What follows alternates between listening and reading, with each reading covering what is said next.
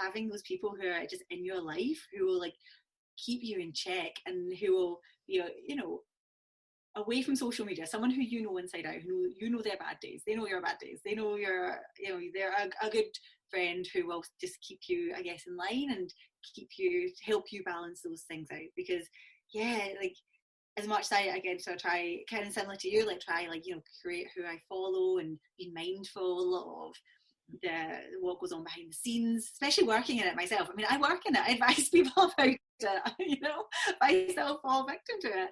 You know, having someone who is like, who I actually, like a friend who I know really well, to be able to, like, I can actually just talk to them about it, and they're not going to like turn around and bring it up at a later date or anything like that. You know, people who you can really trust, who will also be honest enough sometimes to be like, give you the kick up the arse. Sometimes they be like, well, like, you know, do you want to, is that where you want to be? And you're kind of like, maybe it is. And they go, okay, what are you doing to get there? Or they go, what, is that where you want to be? You go, no, that's not really, I'm trying to be over here. And they go, well then, stop looking over there.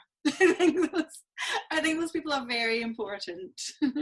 No, definitely. And I like that we've come around full circle to talk like about online and offline and just finding balance and all of these things that we've talked about. So thank you so much for all of your perspective and advice. And I'm going to ask you one more piece of advice that I ask everyone who comes on the show. So I think we all know that when you're building up a business, no matter what stage you're in, you end up learning stuff the hard way, no matter how much of a plan you have in place. So can you share one thing with us that you've learned the hard way when you've been building up your business?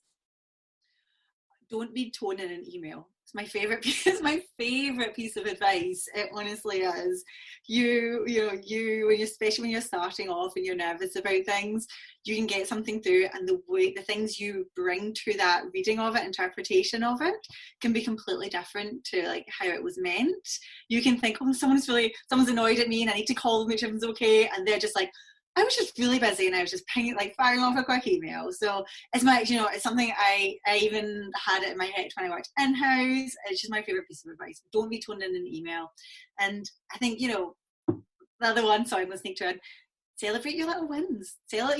Celebrate your little positives, your like the good things that you have done and that you are proud of. You don't, even if you don't want to put it on social media, you can, but if you don't, you know, so celebrate it yourself.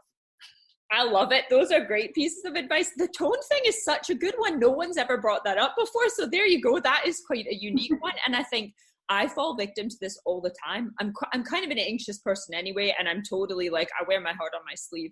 But I mean, if I get an email exactly like you say, that's maybe just a really quick response, and it's not very flowery, I instantly think someone's annoyed with me or mad at me or didn't like what I sent them or whatever it is. And like 99.9% of the time, it has nothing to do with me. They've maybe just, as you say, been busy with a million things, or been on a call or whatever. Maybe they're having a bad day and they just don't feel like spending time writing flowery stuff. So I totally agree. Not taking stuff like that personally. That is a great piece of advice.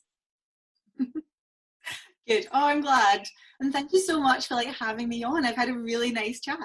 Oh, you're welcome. Thanks so much for coming. I think you and I could probably sit and chat like this for hours and hours, but we should probably cut it off there to stay in line with the hour-ish format of the podcast. So thank you so much, Fiona. And the last thing I wanted to ask is, where can we find you online? So you can find my website, it's just fionakirkcaldy.com, and you can find me on Instagram at helloitsfee. And you know, my surname makes it very easy to find me on platforms like LinkedIn and other places. So yeah, please connect, send me an email, drop me a line. It'd be lovely to hear from people.